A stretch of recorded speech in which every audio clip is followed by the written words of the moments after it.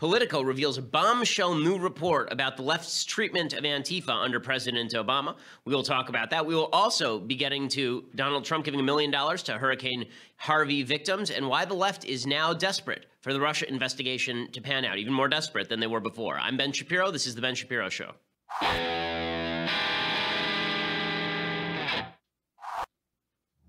Many things to talk about today, plus we're going to get to the mailbag. But before we do any of that, first I want to say thank you to our sponsors over at MackWeldon.com. So Mack Weldon is better than whatever you are wearing right now. They believe in smart design, premium fabrics, simple shopping. They make underwear, socks, shirts, undershirts, hoodies, sweatpants, more quality than you will ever wear. I wear Mack Weldon underwear, and they are just super comfortable. Not only are they super comfortable, they're really durable. You know, you go out and you buy some cheap underwear, and they fall apart in like 5 seconds. You have to throw them in the garbage. Mack Weldon underwear are super durable. I've been wearing them, not the same ones every day, guys, but I've been wearing Mack Weldon underwear for months now, and they feel the same as when they came out of the package. They are also naturally antimicrobial, which means that they eliminate odor. They want you to be comfortable. So if you don't like a first pair, then you can keep it, and they will still refund you, no questions asked. They perform well. They look good. You can wear it in. You can wear it out. When you go home, I don't dress like this when I go home. I actually get into comfortable clothes, and I always put on my Mack Weldon gear. That's the best gear you can have.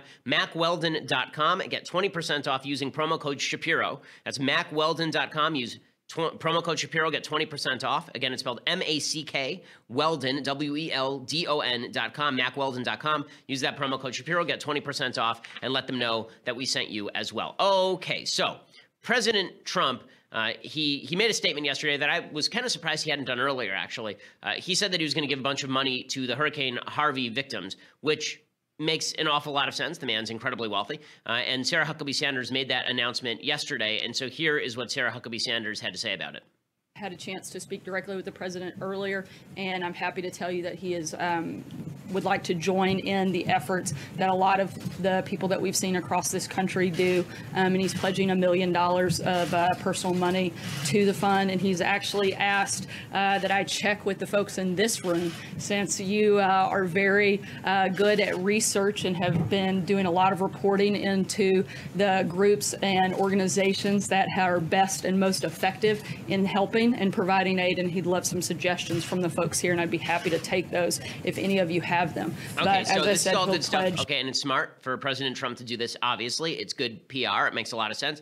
Meanwhile, the Democrats are looking at this, and they're realizing that Trump's handling of Hurricane Harvey is actually pretty good. Most Americans are going to be pretty happy with how he's handled this natural disaster. It's better, frankly, than I thought he was going to handle a natural disaster. I thought his administration did a better job than I thought that they might do. So I really have no major complaints with President Trump here. I think that he's doing a pretty good job unifying the country around the Hurricane Harvey victims. Again, easy thing to unify around, but I think that he's done a good job with it. Democrats, however, are still focused on how do we stop Trump? How do we stop the Republicans? And so the way they're attempting to do this is by painting the Republicans as divisive. Bernie Sanders came out yesterday. He says that he hopes that President Trump stops dividing, and also he hopes that someone will at some point give him, finally, after long last, a pudding cup, preferably tapioca, but if you do not have it, he will also take vanilla. He does not like chocolate. Go, Bernie Sanders. That in Houston right now, people don't care whether you're black or you're white or you're Latino or you're gay or you're straight. People are helping each other, which is what this country is supposed to be about. People in Houston are coming together, and hope Trump stops dividing up the American people. Okay, so let's point something out. It's not Trump at this point who's dividing the American people. Trump is responding the way he's supposed to be responding, and it's Sanders who's suggesting the divisions. And when it comes to the divisive rhetoric stuff, when it comes to the idea that Trump is the only one who's engaged in divisive rhetoric, this is not whataboutism, okay? I've been very, very critical of President Trump's rhetoric. I've criticized him for not disassociating himself from the alt-right. I think I've been pretty clear on this for the last 2 years at this point, that I think a lot of President Trump's rhetoric is designed to divide rather than to unite, and I don't like that part of his rhetoric that is designed to do that without actually naming an enemy. So I've been clear about that. That said, the idea that the left has proposed that Trump is the divider and they are the great uniters is absolute nonsense. This is a report from Politico, and it's an amazing report that's going to go unnoticed today, which is why we're going to bring attention to it on this, the most popular podcast on the right in America. So here's the story from Politico. They reported on Friday, the federal government has been worrying about the rise of Antifa. This is this leftist quasi-domestic terror group since early 2016. Not 2017. Like, most people became aware of Antifa in 2017 when Antifa burned a bunch of crap at a Yiannopoulos speech at Berkeley. But Antifa had been very active in 2016. They had engaged in violent riots in Sacramento. There was a riot in Sacramento. We talked to a member of one of the groups that was attending that rally. It was a white supremacist rally. There were a bunch of people who showed up to, quote unquote, defend the rights of the white supremacists. And Antifa showed up ready to do violence. When this happened, it was not covered by the media, but that happened in the middle of 2016 in Sacramento at the state capitol. Apparently, the federal government has had reports on Antifa since early 2016, even labeled their activities domestic terrorist violence. Do you remember Obama saying anything about it in 2016? Anything? Did he say one word about Antifa or left-wing violence in 2016? No, I didn't think so. So we've gotten 2 years of President Trump must disassociate himself from the alt-right and white supremacist violence. Of course, I agree, everyone should have no problem doing that, right or left. But the left, including President Obama, hasn't had to do anything until now, right? Nancy Pelosi gave a statement this week talking about how Antifa was bad. Where were they last year? Why didn't they stop this thing when it was rising? According to Politico, quote, previously unreported documents disclosed that by April 2016, authorities believed that anarchist extremists were the primary instigators of violence at public rallies against a range of targets. Okay, again, that language, primary instigators. So the left has played this as though it's a cycle of violence. It's the white supremacists show up with a brick, and the Antifa people show up with a bat, and they go at each other. It is Antifa that has provoked these clashes, and then a lot of these white supremacist groups, a lot of these alt-right groups show up, and they look for violence as well. But the ones who are instigating this largely are Antifa. That's not according to me. That's according to the FBI and the Department of Homeland Security. They were blamed by authorities for attacks on the police, government, and political institutions, along with symbols of the capitalist system, racism, social injustice, and fascism, according to a confidential 2016 joint intelligence assessment by the DHS and the FBI. The violence ratcheted up as President Trump's campaign swung into full gear. The FBI noted violence by Antifa in Texas, Oregon, California. Law enforcement put particular focus on a white supremacist rally in Sacramento. At the Sacramento rally, Antifa protesters came looking for violence and, quote, engaged in several activities indicating proficiency in pre-operational planning, to include organizing carpools to travel from different locations, raising bail money in preparation for arrests, counter-surveilling law enforcement using three-man scout teams, using handheld radios for communication, coordinating the event via social media, according to the DHS. That's planning. That's planning. This isn't just spontaneous violence. This is people on handheld radios warning each other when the cops are showing up. They've raised bail money in anticipation of arrests. They were organizing carpools to get to and from places. They were organizing how to get weapons. The FBI and DHS issued a report in April 2016 openly saying that Antifa was prepping for violence. New Jersey law enforcement reportedly stated that Antifa had cropped up in New York, Chicago, San Francisco, and Philly. Shockingly, some members of Antifa, quote, have gone overseas to train and fight with fellow anarchist organizations. Okay, sounds like a terror cell. Going overseas to train and fight with anarchist organizations. So, here is the question. This was happening in the middle of 2016. Where the hell was President Obama? Yeah, the violence in Charlottesville. President Trump was asked repeatedly, as well he should have been, denounce this violence. And he did repeatedly denounce the violence. And then he said there was violence on both sides, and the media went nuts over that particular statement. There's a lot more in the press conference that was bad, but that was correct. There was violence on both sides, and Antifa was causing a lot of it. Where was Obama for a year? Anytime there was a violent incident, Obama tended to downplay the violence and instead talk about the underlying root causes of the violence. And he got away with it.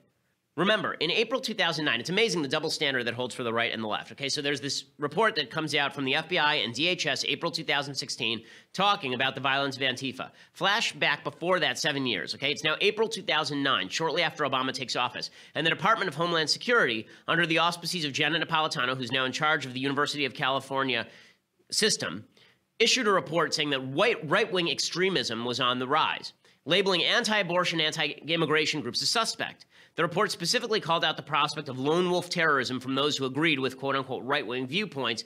The report was really vague, but the Obama administration stood by it. So, how about his apparently very specific report regarding Antifa from the year of the election? Not a word from the Obama administration. We're only finding out about it a year and a half after it happened. A year and a half. And let's contrast the language of that 2009 memo with the language of the Obama administration regarding political violence. The 2009 memo about right-wing violence, it says, quote, debates over appropriate immigration levels and enforcement policy generally fall within the realm of protected political speech under the First Amendment. But in some cases, anti-immigration or strident pro-enforcement fervor has been directed against specific groups and has the potential to turn violent. Has the potential to turn violent? What does that even mean? Has the potential to turn violent? That's vague, but the Obama administration stood by it. But when left-wing rhetoric actually turned violent, what did Obama do? He said, oh, the violence is bad, but they do have some grievances, don't they? I'm speaking specifically about President Obama's speech in July 2016 after a black radical parroting Black Lives Matter talking points went out and murdered 5 police officers and wounded 7 others in Dallas. The officers were protecting a Black Lives Matter march at the time. Obama actually spent an inordinate amount of time echoing BLM's message at their funeral service. At their funeral service. Imagine if President Trump had actually gone out after Charlottesville and he had said, and he sort of did do this to a certain extent, the media went nuts. You remember that he went out and he said, listen, this violence is terrible, but Confederate statues, right? There's a legit argument to be had over Confederate statues. The media went completely nuts. Here's what Obama said at the funeral for people who were murdered by a Black Lives Matter supporter, a black radical who was echoing the talking points of Black Lives Matter. Here's what he said, quote, we know that bias remains. We know it, whether you're black or white or Hispanic or Asian or Native American or of Middle Eastern descent. We've all seen this bigotry in our own lives at some point. We've heard it at times in our own homes. If we're honest, perhaps we've heard prejudice in our own heads and felt it in our own hearts. And then he talks about how the cops are a bunch of racists. Amazing, the treatment, okay? But not one peep about Antifa, not one peep about Antifa. I want to talk a little bit more about that and how the Democrats are really split now between their radicals and their moderates. And their only hope left is getting President Trump and how they hope to do that. But first, I want to say thank you to our sponsors over at the USCCA. So many of you understand that in the end, protecting yourself and your family is your responsibility. If you're ever forced to defend yourself, your wife, your kid, it's a decision you make on the spot. You know, there's an instant when you know that you're going to have to pull the trigger. And many of us know we would act, but we wouldn't really have thought about what comes after because the cops show up, they may arrest you, you may end up having to fight it out with the authorities. You need protection from the law. And that's why you need to get self-defense insurance from the USCCA. They'll support you with 100% upfront coverage for criminal defense, civil suits, and bail funding. They have a 24/7 critical response team, local attorney coordination, and more. For all of that, go to defendmyfamilynow.com. That's defendmyfamilynow.com for coverage starting at only $13 per month. We know that we will defend our loved ones, but we should also defend our loved ones against the problems that come after having to defend them. Activate your membership today at defendmyfamilynow.com. Again, it's defendmyfamilynow.com. You get a limited edition range bag completely free, which is pretty cool. Defendmyfamilynow.com. Go over there, register, and again, you get that range bag completely free, the limited edition range bag. So that's pretty awesome. Plus, you get the insurance coverage, which is something that everybody should have. Go out and check out our friends at the U.S. Concealed Carry Association, USCCA, defendmyfamilynow.com. Okay, so again, the left needs to be asked. Every Democrat needs to be asked about Antifa at this point. They should have been asked about it a year ago. They should have been grilled about it a year ago. They should have been grilled about it after what happened in Sacramento. But the media was too ensconced in its narrative of Antifa as Normandy fighters to actually go out and fight violence. That's despicable. That's truly despicable. And you can see the split that's happening now inside the Democratic Party between the so-called moderates and the radicals. The radicals are still saying, well, Antifa has a point. They're not so bad. And the moderates, who are now being led by Nancy Pelosi of all people, they're saying Antifa's really bad. If the Democrats don't come together around this, I think it's indicative of a broader split inside the Democratic Party. The far left of the Democratic Party is even further left than Bernie Sanders. They're moving left at an increasingly rapid pace. The Democratic Party has split, and the old school Hillary Clinton, quote-unquote, moderate Democratic Party, which was never moderate, they're being left in the wake. Even Bernie Sanders is now being seen increasingly as a guy who's not radical enough. I've never seen a party move this far to one extreme this fast, and you can see it happening in real time. Antifa's accelerating that. Trump is certainly accelerating that. The left's hatred for Trump is driving them off the rails. Every Democrat should now be asked, will you denounce Antifa? Will you denounce them? I think Mark Thiessen has a great piece at Washington Post, and it is interesting. It's fascinating how white supremacists who get violent, they are seen as the ultimate evil. Totally fair. They are an ultimate evil. Left-wing extremists who get violent, I'm talking about communists and anarchists, they're seen as somehow superior to Nazis, which is weird to me. I mean, the communists were responsible for a couple 100 million deaths over the course of the last century. As Mark Thiessen said, I'm not sure why it is that somebody who gets violent in American streets carrying the flag of Stalin is better than somebody who gets violent in American streets carrying the flag of Hitler. These both seem like terrible people. And there is a moral equivalence there. And I think that's right. Now, communism is an ideology that is just as evil as Nazism in its own way. It's not racist the way that Nazism was, but it is certainly classist. I mean, these are people who suggested that people who are bourgeois be murdered. Okay, that you could separate people based on class. It's funny how both of these groups seem to center when it comes down to it. They both come down on the same side when it comes to the Jewish question. Neither of them really like the Jews very much. Stalin wasn't really fond, and neither was Hitler. But it is amazing how we in the United States, we've taken this sort of sanguine view of communism in a way that we never have with Nazism, even though they were both at the time cheered by Democrats at the time. The Nazi movement was seen as sort of a proto-fascist or fascist proto-forerunner of a more sophisticated movement that eventually could be used for good by a lot of people, including some mainstays of the Democratic Party back in the day. So, again, the only point to be made here is that we ought to be looking at the violence on both sides and condemning it and condemning the ideology that underlies it. But instead what we're seeing is some people on the left condemning the violence, not all, and very few people on the left condemning the ideology at all. Whereas everybody on the right who has any brain at all is condemning white supremacists and the alt-right. Okay, so what does this mean? Democrats have to know this stuff doesn't make them popular. Okay, the Antifa stuff is not going to make them popular. It's not going to make them well-loved.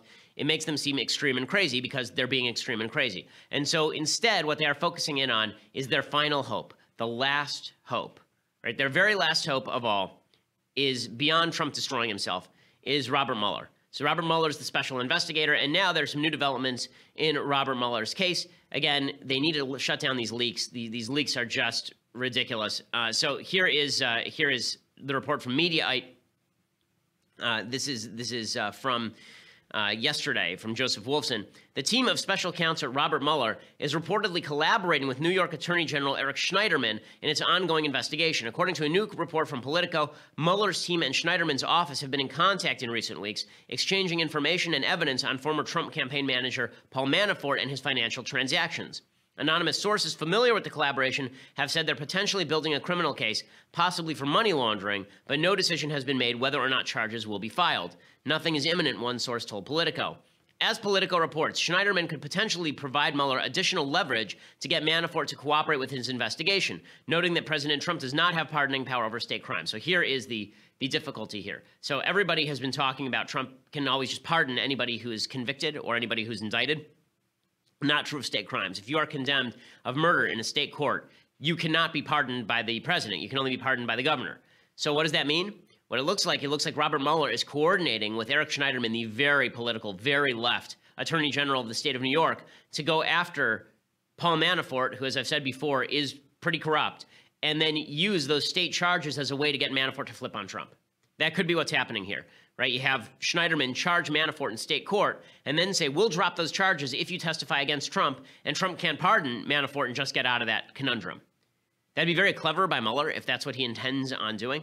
But it's very dangerous for President Trump, obviously, because sitting around waiting to have your former campaign chair indicted at the state level and then see where that ends up is a very dangerous game. A lot of people are suggesting that based on this, Trump should fire Mueller.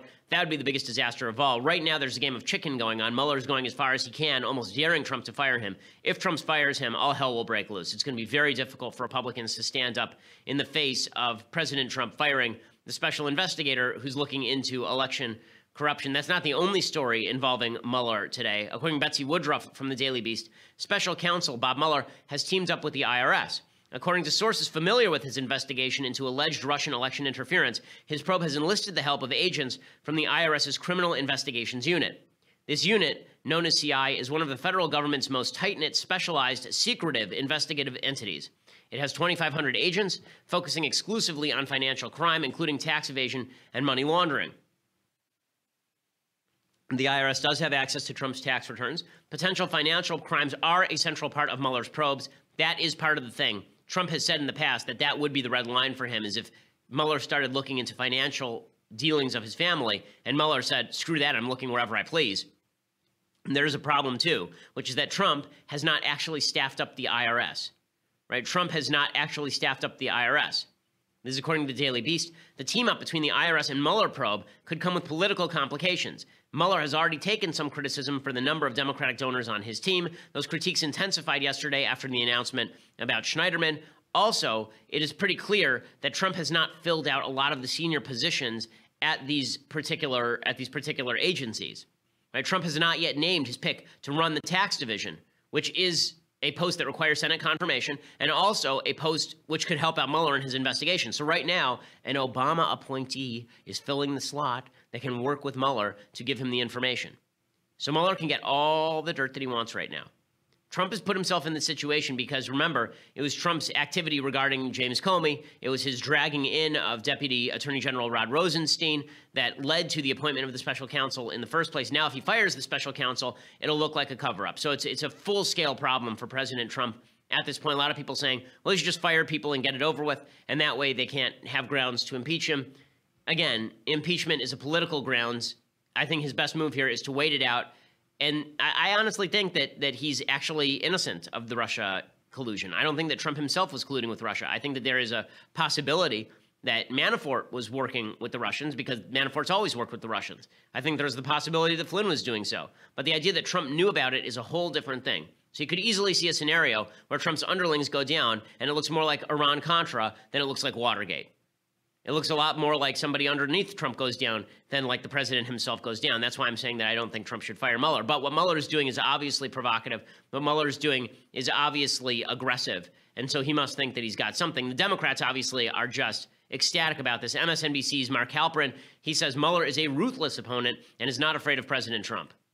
Mueller is a cyborg with a head, a heart, and a brain. I mean, this is an opponent unlike Donald Trump. I'm sorry. Say that. Can you say that again? I like that. Very good. He's a cyborg who has a head, a heart, and a brain. Okay. He's a relentless opponent, and one of the underappreciated aspects of how he's building this operation, I think, is his ability, because of his vast experience, to coordinate. He's in sync with the congressional investigations, whose investigators and members are not issuing, immunity to people or bringing up witnesses who will interfere with the case. He's coordinating within the Justice Department and the FBI. You don't hear any unhappiness coming from there. And now he's coordinating with another guy with subpoena power, another guy who is fearless and not afraid of Donald Trump, and a guy who can bring charges that the president can't pardon for. None of this is an accident. We're seeing through a glass darkly what this Mueller operation's like. We see only a tiny bit of it, but it's clear from everything we see that there is a strategy here, there's a fearlessness, and there's a level of coordination that makes anyone trying to help the president on this be put in a very defensive position. Okay, so you can see the excitement from the media and all this, and we'll talk a little bit more about the excitement from some fake news people, like actual fake news people, in just a second. But first, I want to say thank you to the sponsors over at Tides of History. This is a brand new podcast. It is just fantastic. Google Tides of History for more information. Okay, so what is it? It's all about why we have states, countries, taxes, wars. All of these institutions go back hundreds and hundreds of years. When did globalization start? Why does practically every government on earth follow the same basic organization? Wondery has a new podcast from PhD historian Patrick Wyman. He also happens to be an MMA analyst, by the way. It's called Tides of History, and it answers these questions. He looks at the time periods covering the fall of Rome and the rise of the early modern empire, so about 1350 to 1650. He talks about the roots of the modern world, where all of these socio-cultural structures we interact with came from, why do we have states? All of these questions can be traced back to this particular period. It's really entertaining. He breaks down what could be dry history into really fascinating stuff. If you love learning, and I do, then you need to go check out Tides of History, Wondery's new podcast, Tides of History. Really fantastic. Go listen to the first episode on Apple Podcasts or wherever you listen to podcasts, and Google Tides of History for more information. I do highly recommend the podcast. It really is quite good. I like listening to other people's podcasts. I recommended one yesterday. This is the one that I recommend today, Tides of History. I would recommend it, by the way, whether or not they were a sponsor, because it is that good. It's a very, very good podcast. Tides of History. Go check it out over at Wondery or any other place that you can get your podcast. Okay, so I want to talk some more about all of this, plus I want to get to the mailbag. But for all of that, you're going to have to go over to dailywire.com right now and become a subscriber. For $9.99 a month, you can subscribe to Daily Wire. You can get the rest of this show live. You can get the rest of Andrew Klavan's show live. You can get the rest of Michael Knowles' show live. All three of those shows are huge and growing. You can also get the website ad-free. Later when we post those shows, all of the ads are taken out, so you can listen to the shows ad-free as well, which is pretty cool. Plus, if you go over and get an annual subscription right now for $99 a year, you get this, the finest of all tumblers, the Leftist Tears Hot or Cold Daily Wire mug. It is unsurpassed in its quality. Unsurpassed. Okay, nothing finer has ever been created on this earth. Hey, there are diamonds that could not cut this thing. It is just unbelievable. Leftist Tears, Hot or Cold, the Daily Wire By the way, if a diamond doesn't cut this, it's not a real diamond. In any case, Leftist Tears How to Call. You get that for $99 annual subscription. Go check it out. Or if you just want to listen later, go over to iTunes or SoundCloud. Make sure you subscribe. Leave us a review. Always helps us with the rankings on iTunes, and we always appreciate it. We are the largest conservative podcast in the nation.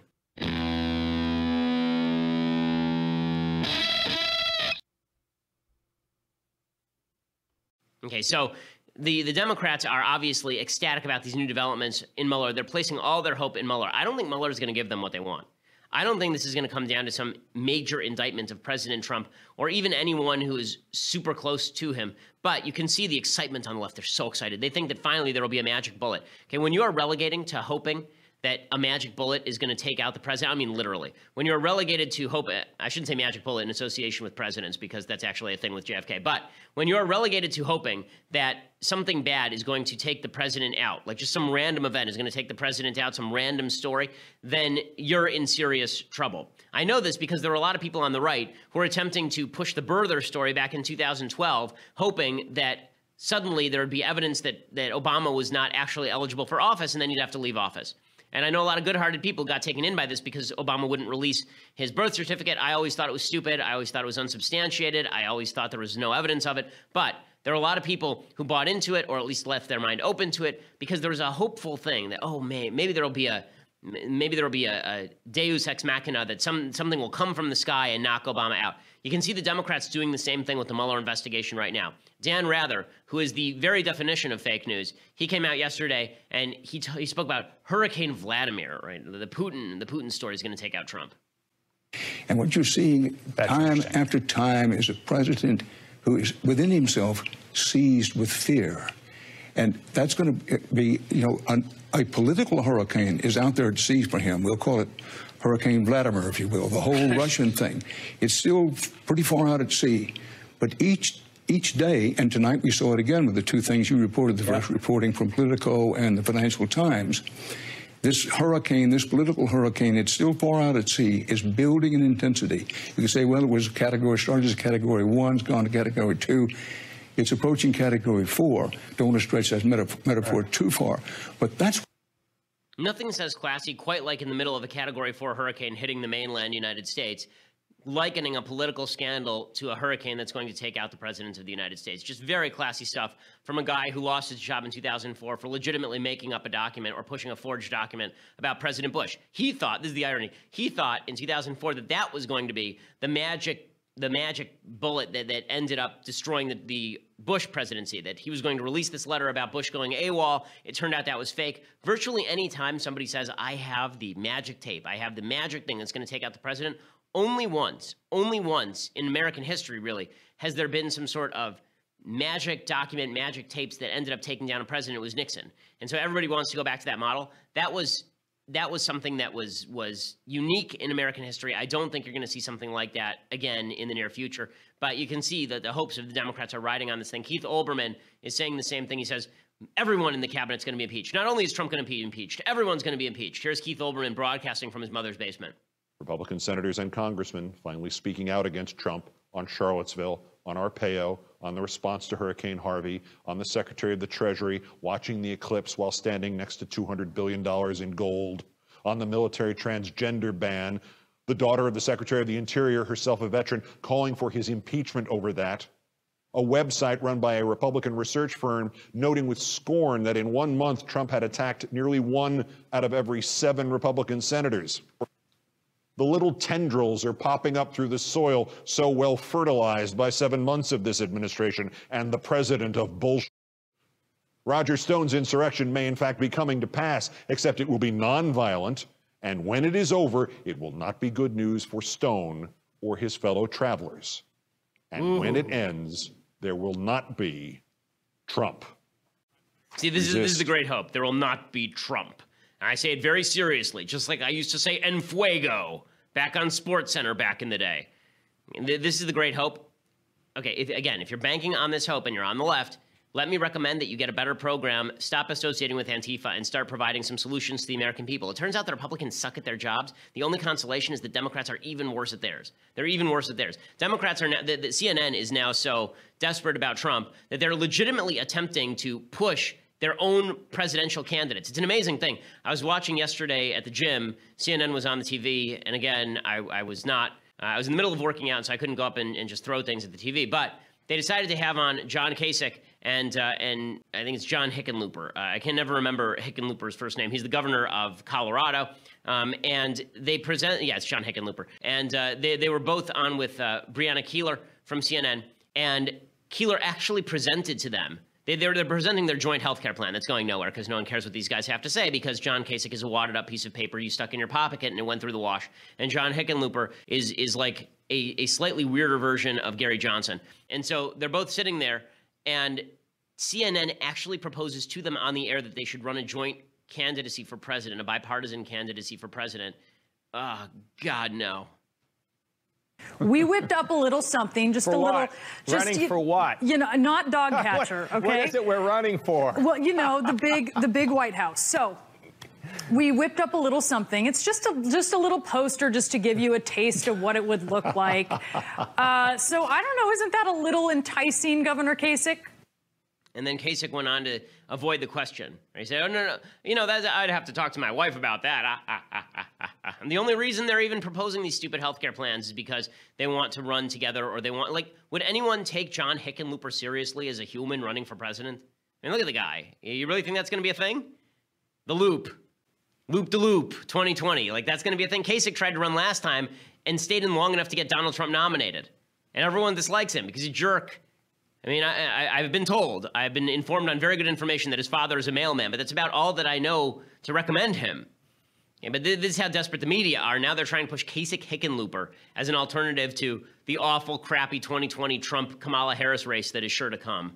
Ugh. Okay, so with all that happening, Trump this morning tweets out that he's basically been targeted by forces beyond his control. The truth is that there is some of that happening. Okay, there's now a story out that transcripts reviewed by the Senate Judiciary Committee reveal that FBI Director James Comey had decided months before the FBI's investigation into Hillary Clinton concluded that he would not recommend criminal prosecution. GOP Chairman Grassley, Senator Lindsey Graham, they all requested all the records related to Comey's firing. In the transcript, the FBI's principal deputy general counsel of national security and cyber law, Tricia Anderson, told the Office of Special Counsel that Comey had drafted a statement in early May that he would later give in July 2016 that legally exonerated Hillary Clinton. So he already decided he was going to exonerate Hillary Clinton long before FBI agents finished their work. Okay, that'd be good enough reason to fire him right there. Comey was always a bad FBI director, and that is just more evidence of it. So when Trump says that he's been victimized by a system that's in place, clearly that's the case. And that, by the way, will be his defense to anything that Mueller comes up with, which is why I say it's not necessary to fire Mueller, because I don't think that there are going to be enough Republicans who even jump on board. As long as it seems that his investigation has been compromised in any way, I don't think Trump has tons to fear from it. I actually really don't. I think there'll be a lot of bad headlines, but I don't think that he gets impeached over anything that Mueller has to bring unless it clearly implicates the president directly. Okay, time for some things I like, things I hate, and then we'll do some mailbag. So, things I like. We've been doing philosophy all week. So this is one of my favorite philosophical books, as you probably could have guessed. Machiavelli's The Prince. So this is a book that has gotten a very bad rap. It's short. It's very readable. It's fascinating. Written by Niccolo Machiavelli from back during the Renaissance in Italy, and he was trying to get a job, basically. I believe it was with the Borgias, and he was trying to make it clear to them how he thought they should govern. He was trying to give his own book of little political advice. People identify Machiavelli as like this evil, sinister guy who's trying to manipulate circumstances. He was actually a proponent of what he called virtù. Okay, virtù is like virtue, but it doesn't mean like saints who sacrifice themselves necessarily. Virtue, according to Machiavelli, means a certain quality of manliness that allows you to uphold the principles for which you stand. So virtue isn't just the values that you hold, it's how you go about defending those values, and sometimes that requires a certain degree of ruthlessness. This is the handbook, obviously, on political ruthlessness. Every political science major has read it, as every political science major should. It is very readable. It's very readable. So I tried to recommend philosophy that's readable, which is why I'm not recommending Hegel or Kant. But Machiavelli is very readable. The Prince, it's a terrific book, and it's a very short read. It's like 120 pages, very short. Okay, time for some things that I hate. So,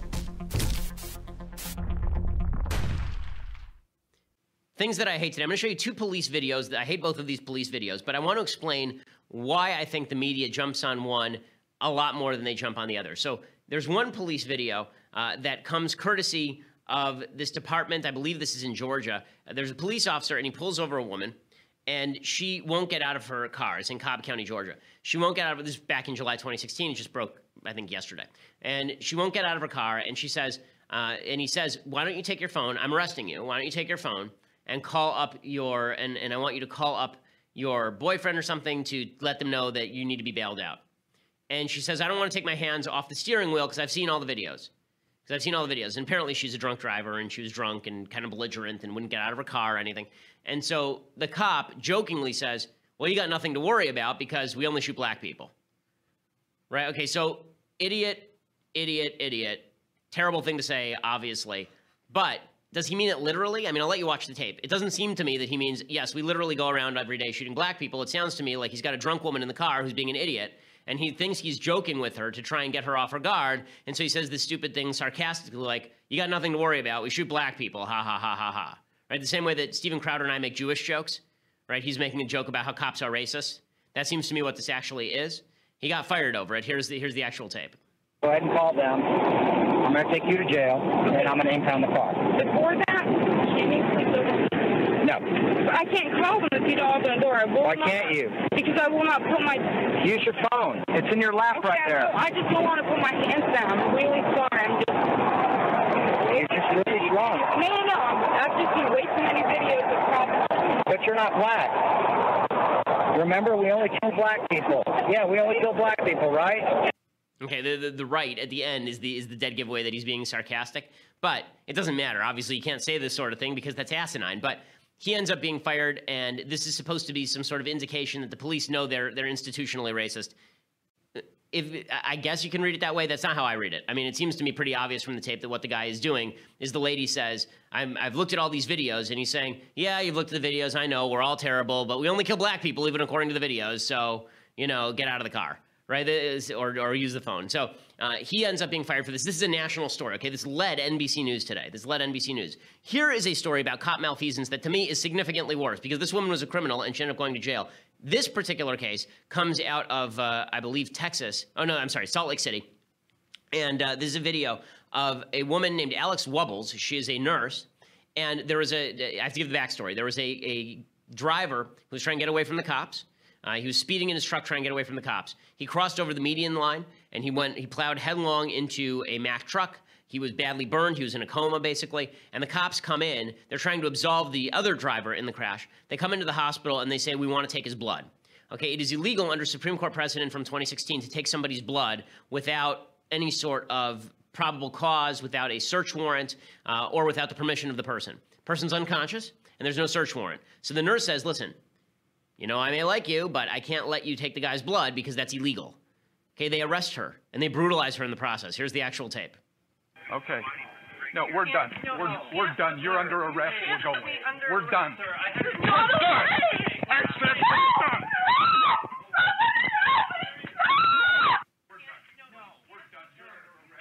Hey, we're done. Sir, I had a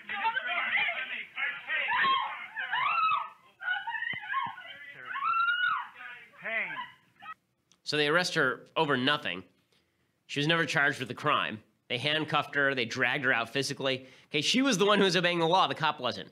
And here's the point of why I'm contrasting and comparing these videos.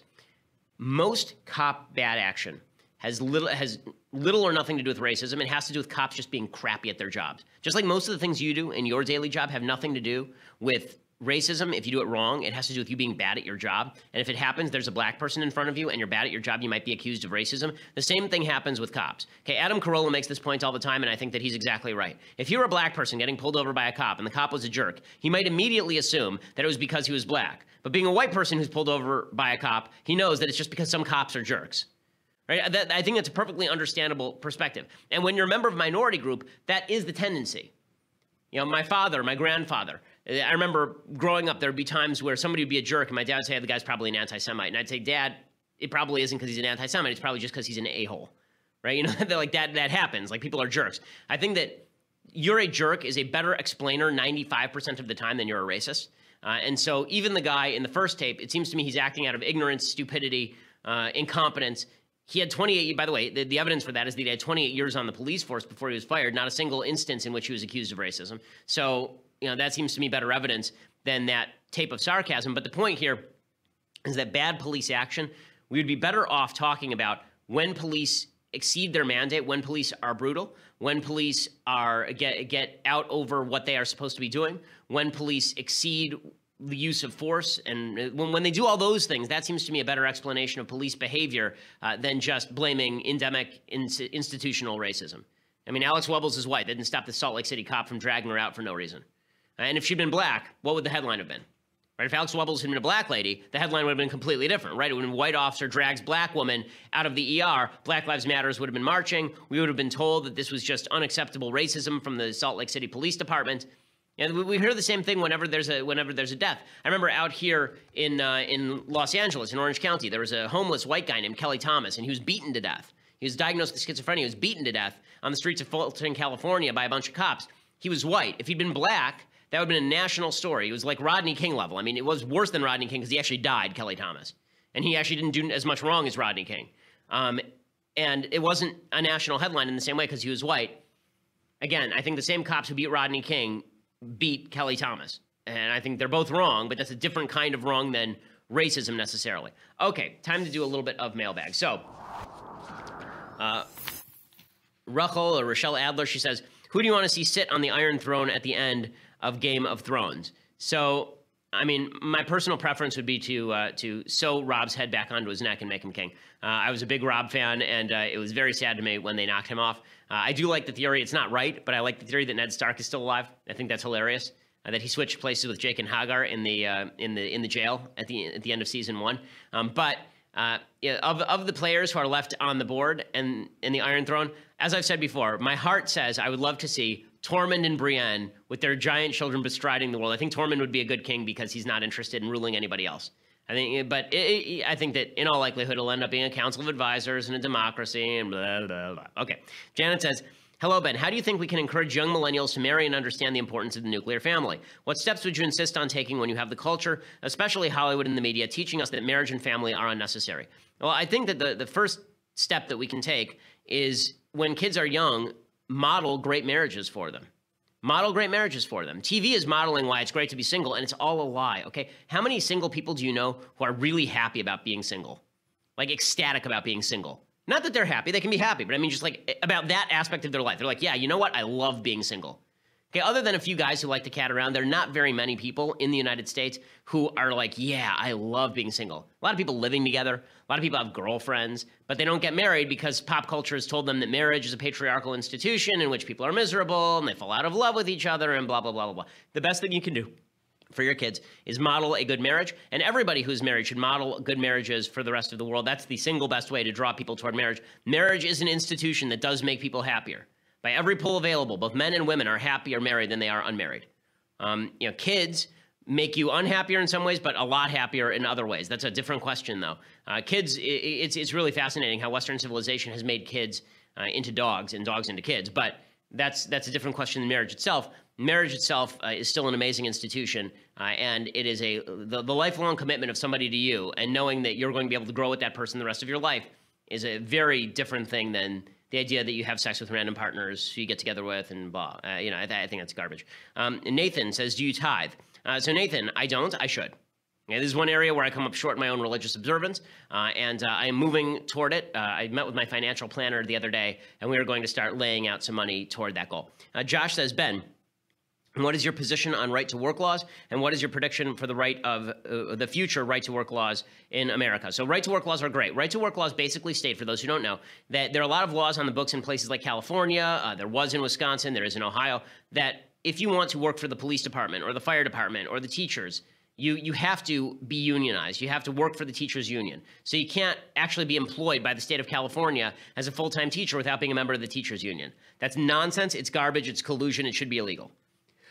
Right-to-work laws basically say that you do not have to be a member of any union in order for you to work, and also that they can't confiscate your wages. I mean, the unions have the government so sewn up. There's a great book called Shadow Bosses by a friend of mine named Mallory Factor and his wife Elizabeth about this, there are a bunch of states that actually remove, the state will do this. When they pay a paycheck to a teacher in California, they actively remove your union fee out of your paycheck and give it to the union. Okay, the union's a private organization. That's insane. That's like if I went to all of my employees and I said, listen, we have a charity fund over here, and we're going to use that charity fund for a bunch of nice things. And you have to give to the charity fund. And then the state says, okay, well, when we collect your taxes, we're going to take out a little extra and give it to your employer. Okay, it's totally nuts that this is how it works. Right to work laws are a good thing and ought to be pushed. Alexander says, do your kids believe in the tooth fairy?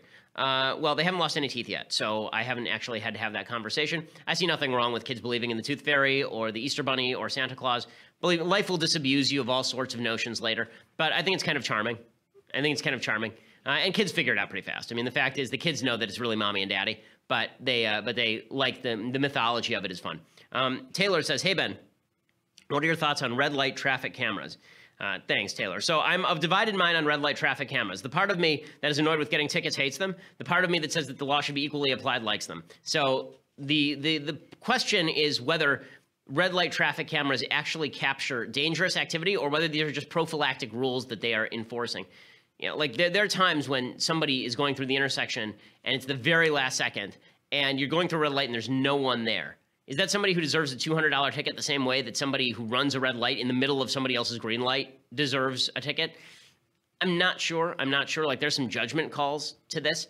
But if you want an equally enforced traffic law, I think that it makes sense. If you want a safer, traffic regime, then you would have equal application of the laws and having cops sit around. It seems, let's put it this way, red light traffic cameras are a much better idea than hiring cops to sit around your intersections instead of policing actual crime. This has been a pet peeve of mine with the police for years. That has nothing to do with the officers. I mean, the other day I was pulled over right near the office a couple months ago. I was pulled over near the office and I said to the police officer, thanks for everything else you do. And he kind of smiled and nodded at me. He said, yeah, this is ridiculous, because they'd set up one of these speed traps, and they had, I think, 4 motorcycle cops and 3 squad cars just on a side street over here to catch people who were making illegal rights. And it's like, okay, we got crime in the city, like real crime in the city. Even the cops don't want to be doing that. Dana says, hey, Ben, what's the best way to get over a heartbreak?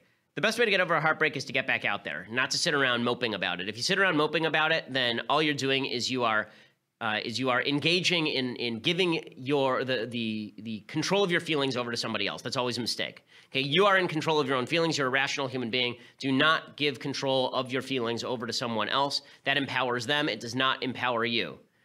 And not to get all Marcus Aurelius stoic on you, but the fact is that it is up to you how you decide to treat the circumstances that surround you. If you get dumped, if you have a heartbreak, then I would suggest that you move on as best you can in as quick a manner as you can. Don't do this routine where it's like, well, if I just sit around, everything will eventually sort itself out. It won't. Emmanuel says, assuming the worst situation and that the investigation drags down Trump, what do you believe would happen to the Republican Party? Well, Emmanuel, it sort of depends on whether the Republican Party goes along with everything Trump is willing to do. So let's say worst case scenario. Worst case scenario is that there's a direct letter from Donald Trump to Vladimir Putin saying, Vlad, I need some help. You got any information on Hillary Clinton? And Vlad writing back saying, yes, Donald, we have some information on Hillary Clinton.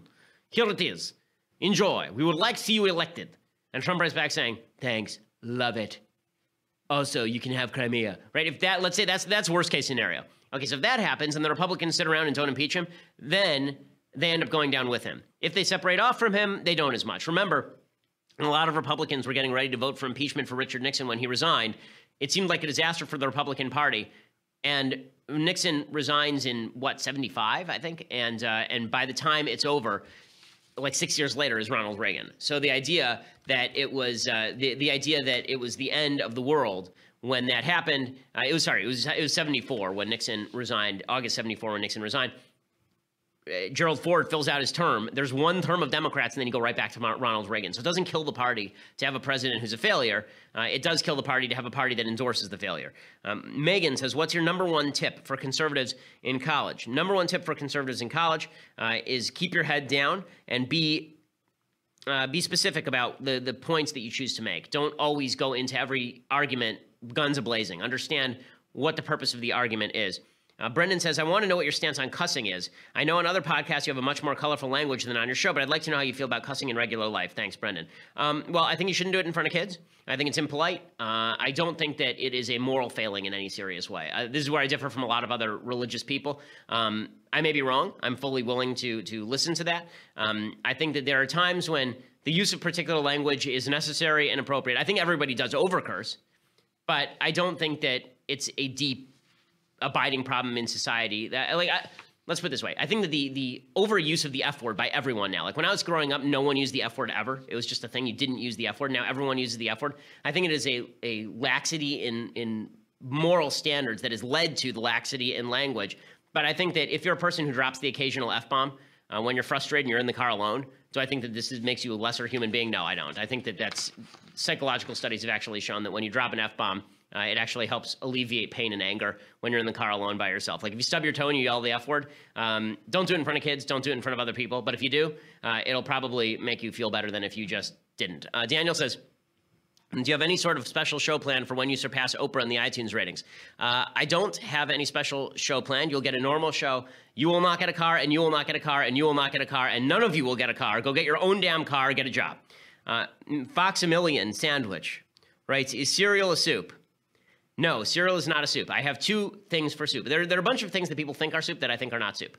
Okay, so number one, soup has to be hot. I know this is controversial. I know a lot of people think that you can have cold soup. Nonsense. There's no such thing as cold soup. That's called garbage. Okay, no one should be eating cold soup. Second, soup has to be cooked. Okay, when you make a vegetable puree and it hasn't been cooked, or you make a fruit puree, that's called a smoothie. Okay, a fruit smoothie is a puree. When you give me a bowl and it's just chopped up fruit, okay, and then you say, ooh, it's a soup. No, it's not a soup. You're stupid. Okay. Noah says, Ben, I was wondering if you own any guns. I know how scrupulous California is, and if you do, what make and model. I do own a handgun. I own a shotgun. It's a Mossberg 500, the shotgun, and it's a Smith & Wesson 9mm is my handgun. Andrew says, hi, Ben. During the show, we only ever see you sitting behind a desk. I must know, have you ever done an episode without wearing pants? Would you ever consider it? We wouldn't be able to see anyway. Well, first of all, Andrew, you might be lying. You might be able to see me. I just don't know, and that would be really sick and perverse of you to get me to take my pants off just for that purpose. How dare you? Second of all, I was implored to wear shorts the other day because it was 101. It was like 197 degrees in the studio. It was really hot 2 days ago. I came in pants anyway. This is the difference between me and Michael Knowles and Andrew Klavan. I came in pants. Andrew Klavan came in pants. Michael Knowles came in naked and then stripped off a layer of skin so he could be more naked. That's just who Michael Knowles is.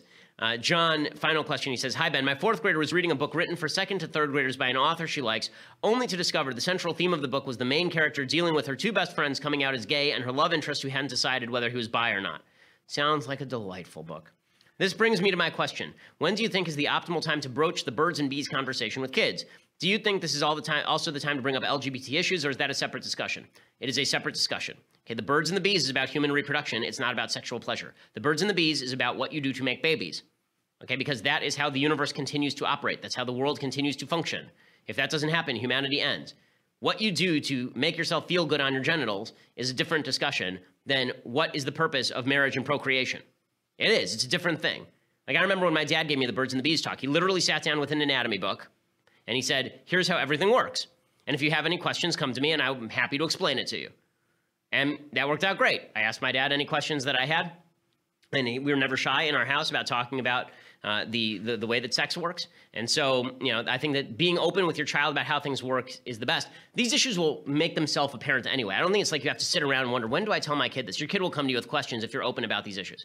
Your kid will come to you with questions and ask the questions, and you'll be given the opportunity to talk about them. But you should think in advance about how you want to talk about these issues, because there are moral issues embedded in the sexual pleasure question that are not embedded in how does sexual reproduction work questions. And that's a separate conversation for my money. I don't think they're the same thing at all. And I think conflating the two is one of the things society has done that's actually quite awful, is conflating the value of sex with the value of physical pleasure. I don't think that that is the entire thing.